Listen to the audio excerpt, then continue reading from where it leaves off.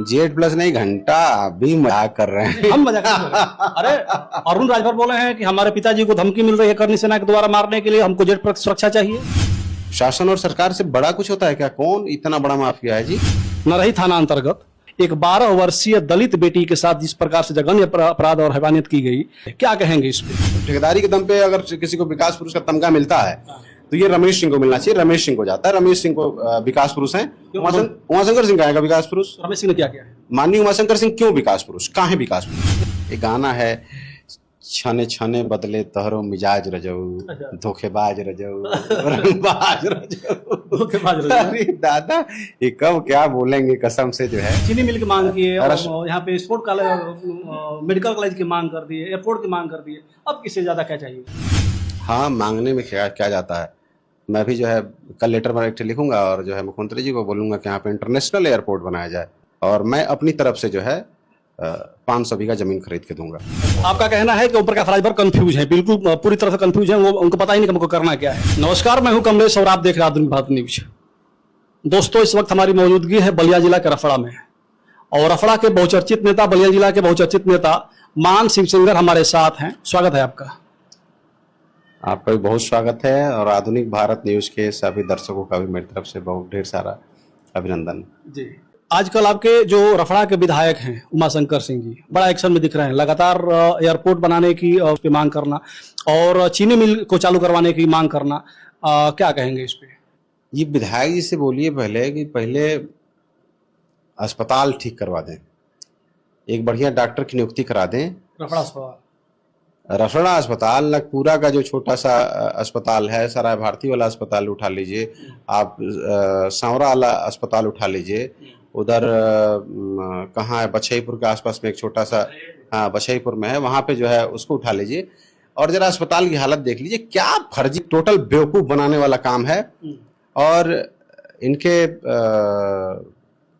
बस के, अब ये भले कुछ भी डींग हाँ के, ठीक है, इन्होंने एज ए विधायक में अगर आप ही से पूछ दूं कि रसड़ा में इन्होंने किया क्या है, आज 15 साल पूरे होने जा रहे हैं, 1 साल 1.5 साल में 15 साल हो जाएंगे। एज ए विधायक, रसड़ा विधायक ने क्या किया है रसड़ा में? आप बताइए। कुछ नहीं किया। हम तो कुछ नहीं। लोग बोलते हैं कि उमाशंकर सिंह जी विधायक विकास पुरुष हैं, पूर्वांचल के विकास पुरुष है, इनसे बड़ा कोई विकास करने वाला है ही नहीं। काहे का विकास पुरुष? जैसे कौन सा वाला विकास कराएं? जैसा बताइए। रफड़ा का जितने सारे रोड हैं, जितने कितनी बढ़िया लाइटिंग हो गई, कितनी बड़ा, वो तो छाशक्ति ने बनवाया है। अच्छा। और छाशक्ति ने ठेका लिया था सरकार से, टेंडर पर आता है, छाशक्ति टेंडर डालती है, अब वो टेंडर डाल के ले लेती है कि मैनेज करके लेती है, आई डोंट नो, लेकिन वो तो सरकार की रोड है। हमारे भी गवर्नमेंट में जो है इन्होंने इनको बहुत सारे टेंडर मिले, लखीमपुर में काम करा रहे हैं, बांदा में काम करा रहे हैं, अयोध्या में काम करा रहे हैं, बनारस में काम करा रहे हैं, देवरिया में, सलेमपुर में काम करा रहे हैं, हर जगह जाके विधानसभा लड़े। हमारे यहाँ 400 kV का जो है जो खताई मिल था, वहां पे आपने देखा होगा पावर ग्रिड बन रहा है, तो उसके ठेकेदार का नाम पता करता हूँ, उसको बुलवाइए, बोलिए तुम भी भाई विकास पुरुष, रसड़ा का इतना बड़ा वाला तुमने दिया है बिजली का, वो तुमको भी ठेका मिला, तुमको विकास पुरुष वाला तमगा मिलना चाहिए ना, और उसको स्वागत किया जाए रसड़ा में। यानी कि आपका मतलब है कि वो अपने विधायकी से कुछ नहीं किए, अपना बिजनेस किए हैं। देखिए, अगर विकास पुरुष कहना है भाई, तो आप उनके अनुज जो रमेश सिंह है उनको कहिए। अच्छा। विकास पुरुष अगर ठेकेदारी के नाम पे, ठेकेदारी के दम पे अगर किसी को विकास पुरुष का तमगा मिलता है तो ये रमेश सिंह को मिलना चाहिए। रमेश सिंह को जाता है, रमेश सिंह को विकास पुरुष है। उमाशंकर सिंह का विकास पुरुष? रमेश सिंह ने क्या किया है? माननीय उमाशंकर सिंह क्यों विकास पुरुष? कहाँ है विकास पुरुष? नहीं, ठीक है, वो हम उनको मान ले कि वो कुछ नहीं किया रफड़ा में, लेकिन रमेश सिंह ने क्या किया है? रमेश सिंह जी ने ठेका लिया है, रोड बनवाया है, और ठेका लेने पर जो है विकास पुरुष का तमगा मिलता है, तो भाई रमेश सिंह को 1 नंबर बनते हैं पूरे बलिया में। रसड़ा बलिया के विकास पुरुष रमेश सिंह जिंदाबाद, ये नारा लगाना चाहिए। काहे उमाशंकर सिंह, काहे जिंदाबाद? उमाशंकर सिंह ने क्या एज ए विधायक क्या किया है? किया क्या है माननीय विधायक जी ने रसड़ा के लिए? स्टेडियम दिया क्या यहाँ पे? अस्पताल दिया क्या यहाँ पे? यहाँ पे आपको जो कुछ भी दिख रहा है, नगर पालिका देख लीजिए आप, वो नगर पालिका में क्या बोलते हैं उसको, गांधी पार्क, वो हमारे सरकार में बना। यहाँ पे महाराजपुर में GIC बना है, हमारी सरकार में बना। ट्रामा सेंटर हमारी सरकार में बना। स्पोर्ट्स कॉलेज हमारी सरकार में आया। 82 पुल हमारी सरकार बना, सिकंदरपुर से बिहार को जोड़ने वाला पुल जो है हमारी सरकार में योजना है, इस सरकार ने रोक दिया, 82 पुल को रोक दिया। आप उसमें द्वाबा विधानसभा में चले जाइए, वहां जो है बिहार से और यूपी को जोड़ने वाला जो है फ्लाईओवर हमारी सरकार ने दिया। आप बांसडी विधानसभा में चले जाइए, वहां फ्लाईओवर सब रुका पड़ा है, ये हमारे ट्रॉमा सेंटर को ढंग से जो है चालू नहीं कर पा रहे हैं। और जो पिछड़ा, जो अभी हो सकता है कि आपको क्वेश्चन रहे, अगर नहीं है तो मैं बता दे रहा हूं, जो बलिया पिछड़ा आया है तो विधायक जी कहाँ सोए हैं? मुझे लग रहा है ठेका होगा। ये मेरा अगला प्रश्न था कि कि पूरे उत्तर प्रदेश में सरकारी आंकड़ा आया है कि बलिया जिला सबसे पिछड़ा जिला बलिया जिला है, और भारतीय जनता पार्टी की लगातार 10 वर्षों से सरकार है, और कहना है कि बलिया जिला काफी आगे है, और दयाशंकर सिंह मंत्री हैं, लगातार वो भी कहीं ना कहीं डिंगे हाँकते हैं कि हमने बलिया में ये कर दिया, बलिया में वो कर दिया, बलिया में वो कर दिया, और अभी सरकारी आंकड़ा आ रहा है कि सबसे पीछे है। इतना पिछड़ा कोई पूरा प्रदेश में है ही नहीं है जिला। देखिए, दयाशंकर सिंह जी जो कुछ भी प्रयास कर रहे हैं और वो सारी चीजें हो जाएं, ठीक है, या फिर जो कुछ भी आ रहा है तो ठीक होगा बलिया की जनता के लिए, या बलिया शहर या बलिया जनपद के लिए। लेकिन अभी होता हुआ दिख नहीं रहा है, क्योंकि हमारे जो योजनाएं हैं, ठीक है, अगर ये सरकार हमारी योजनाओं को पूरा करा देती, ट्रामा सेंटर को अगर ढंग से सुचारू रूप से संचालित करा दिया जाता, तो जो एक्सीडेंट होने पर लोगों को भाग के बनारस और मऊ जाना पड़ता है और रास्ते में लोग मर जाते हैं, कम से कम कई 100 लोगों की जान अब तक बच गई होती अगर ट्रामा सेंटर चालू हो गया होता तो। ठीक है, पिछड़ा होने के पीछे बहुत सारे मानक होते हैं जिसमें पिछड़ा जो है घोषित किया जाता है। केवल ऐसे ही पिछड़ा नहीं होता, उसमें एजुकेशन देखा जाता है, उसमें आपका हॉस्पिटल देखा जाता है, स्वास्थ्य की स्थिति क्या है, और वहाँ के रोजगार की स्थिति क्या है, लोगों में जागरूकता कितनी है, बहुत सारी चीज़ों को लेकर के बहुत सारे पैरामीटर्स होते हैं उसके। तो उन पैरामीटर पे अगर जो है इंफ्रा की बात करें तो हमारे 5 साल हमारी सरकार रही, हमने चंद्रशेखर विश्वविद्यालय मतलब दिया, बहुत सारे चीजें दिया। तो अगर हमारी चीजों को ही कंटिन्यू ये सरकार आके कर देती, या बलिया के भाजपा के जो जनप्रतिनिधि हैं हमारी सरकार को अगर उन्होंने कंटिन्यू कर दिया होता, आगे बढ़ा दिया होता, तो इंफ्रा के नाम पर तो कम से कम हम जो है पिछड़े नहीं होते। हेल्थ के मामले में तो कम से कम पिछड़े नहीं होते। अपने तो केवल मुंह से बोलना है और करना है। हाँ, ठीक है। अगला सवाल मेरा ये रहेगा कि भारतीय जनता पार्टी की सरकार जब से बनी है, योगी जी मुख्यमंत्री जब से बने हैं, आपकी सरकार गई 17 में, उसके बाद भारतीय जनता पार्टी की सरकार आई, तो इनकी सरकार इसलिए बनी कि हमारी जब सरकार आएगी तो प्रदेश में काफी कानून व्यवस्था मजबूत रहेगी, काफी टाइट रहेगी, और किसी प्रकार का कोई अपराध नहीं होगा, किसी प्रकार किसी बहन बेटियों के साथ बलात्कार या उनके साथ कोई छेड़खानी और अत्याचार नहीं होगा। लेकिन बलिया में हम देख रहे हैं कि लगातार कहीं ना कहीं, इस बलिया की बात करें, पूरे प्रदेश की बात छोड़ दें, अगर बलिया की खाली बात करें तो हमें लग रहा है कि पिछले 2-3 महीने में 20 हत्या ये बलिया में हुआ है। और अभी 5 दिन पहले, 7 दिन पहले की बात है, एक 12 वर्षीय दलित बेटी के साथ जिस प्रकार से जघन्य अपराध और हैवानियत की गई नरही थाना अंतर्गत, क्या कहेंगे इस पे? देखिए, उसके लिए मेरे पास कोई शब्द नहीं है कि उसके घर पे, परिवार पे या गांव पे क्या विद्रोह, क्या दहशत का माहौल होगा वहाँ पे। इस बिटिया की हत्या के ठीक 1 साल पहले उसकी भाभी के साथ भी ऐसे ही हुआ था, रेप करके उसको मार दिया गया था, और निश्चित रूप से कोई कार्रवाई नहीं हुई होगी, तभी जो है अपराधियों का हौसला नहीं टूटा, और 1 साल बाद पुनः इस बच्ची का भी रेप करके उसको जो है नंगे करके टांग दिया गया उसके घर में, पलान में। और क्या मतलब क्या कहें इस पे? अगर क्या वो 1 साल पहले जो घटना हुई थी, क्या वो अगर मेरी बिरादरी की रहती तो ऐसे छोड़ दिया जाता, ठाकुर रहती तो? नहीं, ठाकुर और किसी जात की बात नहीं कर रहे हैं हम कानून व्यवस्था की बात कर रहे हैं। जो भारतीय जनता पार्टी लगातार डिंगे हाँकती है कि हमारी कानून व्यवस्था काफी मजबूत है, अगर अपराधी यहाँ पर अपराध करके तो अगले चौराहे पर उसका यमराज इंतजार करता रहेगा। इस पे क्या कहेंगे? कहाँ है यमराज जी? छुट्टी पे दलित पे कोई बात आती है तो छुट्टी पे चले जाते हैं क्या? आप जो है फॉर्मेलिटी करने के लिए भले कुछ भी कर दें, आरोप जो आपके ऊपर लगते हैं उस आरोप को खारिज करने के लिए आप भले किसी जो है ठाकुर को इसको इस टाइप आप निपटा दें, पैर में गोली मार दें, अलग विषय है। लेकिन उस लड़की के ऊपर जो हुआ है, दलित है क्या, इसलिए उसको न्याय नहीं मिल पा रहा है क्या? 1 साल पहले उसके साथ जो घटना हुई केवल दलित होने की वजह से नहीं मिल पाया क्या? ऐसा आपको लगता है? अगर ऐसा नहीं होता तो 1 साल पहले जो घटना हुई और उन दोषियों को जो है सजा मिल गई होती, तो आपको लगता है क्या कि किसी की मां ने दूध पिलाया कि किसी की इतनी हिम्मत हो जाए कि सरकार के मंशा के विपरीत जाकर के फिर से रेप कर दे उसके घर में?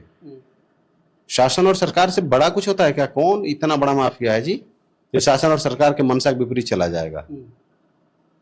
एक चिड़िया पर नहीं मार सकती भाई साहब, सरकार वो चीज होती है। जब तक ढीला छोड़ेंगे तब तक सारे अपराधी उड़ेंगे, जिस दिन कस देंगे सारे अपराधी चूहा हो जाएंगे। आजकल एक करनी सेना काफी चर्चा में है। करनी सेना पिछले कुछ महीना पहले देखा गया कि रामजी सुमन जो आपके समाजवादी पार्टी के सांसद हैं, उनके घर पे एक बयान को लेकर के हमला किया गया, उनकी गाड़ियां तोड़ी गई, कई बार उन पे हमला हुआ।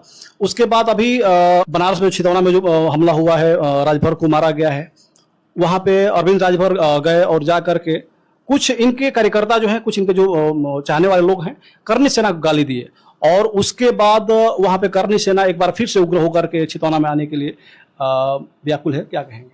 ये जाति उन्माद फैलाने वाले लोग हैं। मैं जाति की बात मैं क्या बताऊं, एक भाजपा है और एक सुभाषपा है। अच्छा। ना एक ठाकुर है ना एक जो है राजभर है।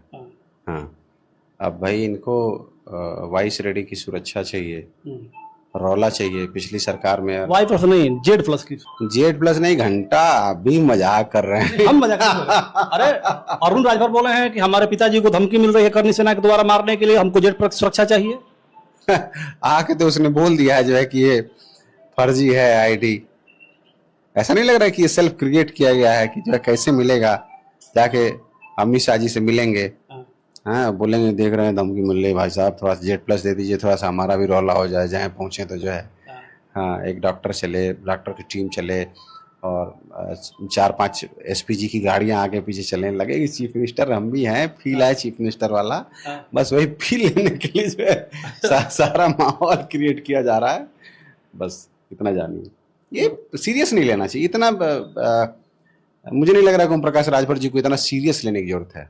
अच्छा। ये एक गाना है, छाने छाने बदले तहरो मिजाज रजऊ, धोखेबाज रजऊ, रंगबाज रजऊ, धोखेबाज रजऊ। अरे दादा, ये कब क्या बोलेंगे कसम से जो है। मुझे लगता है वो खुद भी कंफर्म नहीं रहते हैं। आप सुबह का बयान उठा के देखिए, अगले दिन का बयान उठा के देखिए, आपको खुद लगे, आप उनसे पूछ के अरे मंत्री जी कल तो आप ये बोले थे, मानेंगे भी नहीं भाई। हाँ, ये योगी जी मोदी जी को सबसे बड़ा जुट्टा, देश का सबसे बड़ा जुट्टा।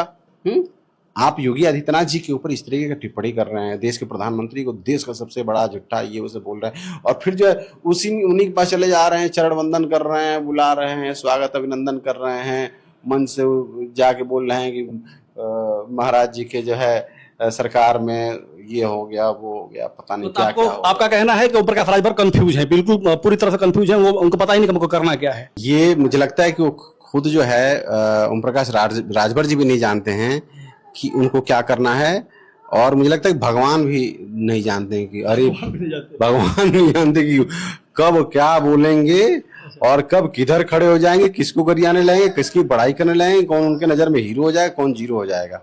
ठीक है, किसी बात पे स्टैंड नहीं ले, बस मेरे कहने मतलब कि स्टैंड लेने वाले नेता नहीं है। ठीक है, थोड़ा सा आएंगे आप पे। लगातार देखते हैं कि जब से आप, हमें लगता है कि राजनीति में तब से समाजवादी पार्टी के साथ में हैं और लगातार संघर्ष करते हैं, काफी चर्चा में भी रहते हैं। 27 का चुनाव का अब नजदीक आ रहा है। पिछली बार भी आप प्रयास किए थे टिकट लेने के लिए, लेकिन किसी वजह से टिकट आपको नहीं मिल पाया।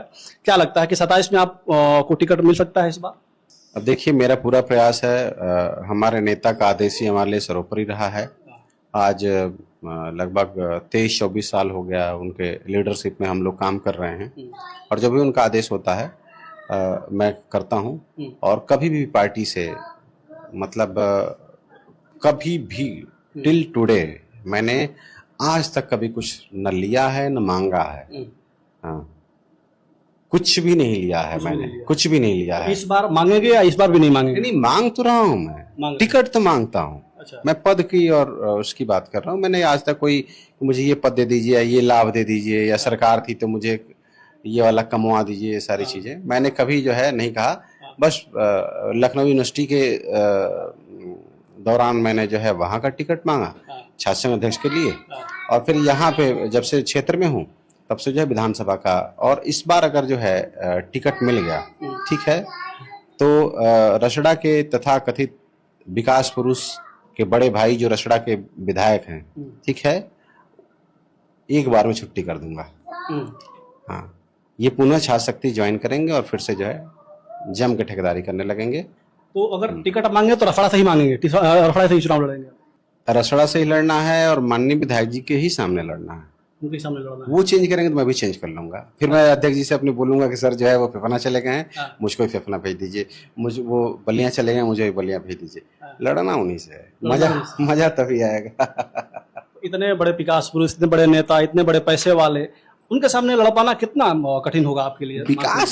विकास पुरुष उनको मत बोलिए, आप विकास पुरुष क्यों बोले? रोड के वजह से ना, जो उनको ठेका मिला इसी दुनिया बोलती है, हम भी बोलती है, जो ठेका मिला है इसी वजह से ना, उनको ठेका मिल गया है। तो ठेका तो छात्र शक्ति को मिला है ना, छात्र शक्ति के डायरेक्टर तो जो है रमेश सिंह जी है ना। तो मैं विकास पुरुष के बड़े भाई बोलिए। अच्छा। विकास पुरुष रमेश सिंह के बड़े भाई, अगर ठेकेदारी पर विकास पुरुष का तमगा जो है दिया जाता है तो ठीक है। एज ए विधायक तो उन्होंने कुछ नहीं किया है, फेल आदमी है। हाँ, फेल हैं। रसड़ा का अस्पताल ठीक करा नहीं पा रहे हैं। रसड़ा में धान तो चीनी मिल की मांग की है, और यहाँ पे स्पोर्ट कॉलेज, मेडिकल कॉलेज की मांग कर दी है, एयरपोर्ट की मांग कर दी है। अब इससे ज्यादा क्या चाहिए? हाँ, मांगने में क्या जाता है। मैं भी जो है कल लेटर में एक लिखूंगा और जो है मुख्यमंत्री जी को बोलूंगा कि यहाँ पे इंटरनेशनल एयरपोर्ट बनाया जाए। हाँ, और मैं अपनी तरफ से जो है 500 बीघा जमीन खरीद के दूंगा। अच्छा, क्या जाता है जहाँ बोलने में, ज्यादा क्या है? मतलब ये जुमला है। टॉफी झुंझुना। ठीक है। तो ये मान सिंह सेंगर हैं, समाजवादी पार्टी के अच्छे नेता हैं और रफड़ा विधानसभा के चर्चित नेता हैं, और पिछली बार भी टिकट इनकी ये मांग रहे थे, नहीं मिल पाया, गठबंधन की वजह से टिकट किसी और को चला गया। लेकिन इस बार फिर इनका कहना है कि हम इस बार टिकट मांग रहे हैं, और टिकट अगर मिल गया तो मैं कंफर्म हूँ कि जीत करके दिखाऊंगा, और उमाशंकर सिंह के सामने जीत करके दिखाऊंगा। बाकी जितनी सारी बातें हुई, आप क्या कहेंगे? अपनी राय हमारे वीडियो के कमेंट बॉक्स में जरूर रखिएगा। वीडियो खत्म करना चाहेंगे। जय हिंद, जय भारत।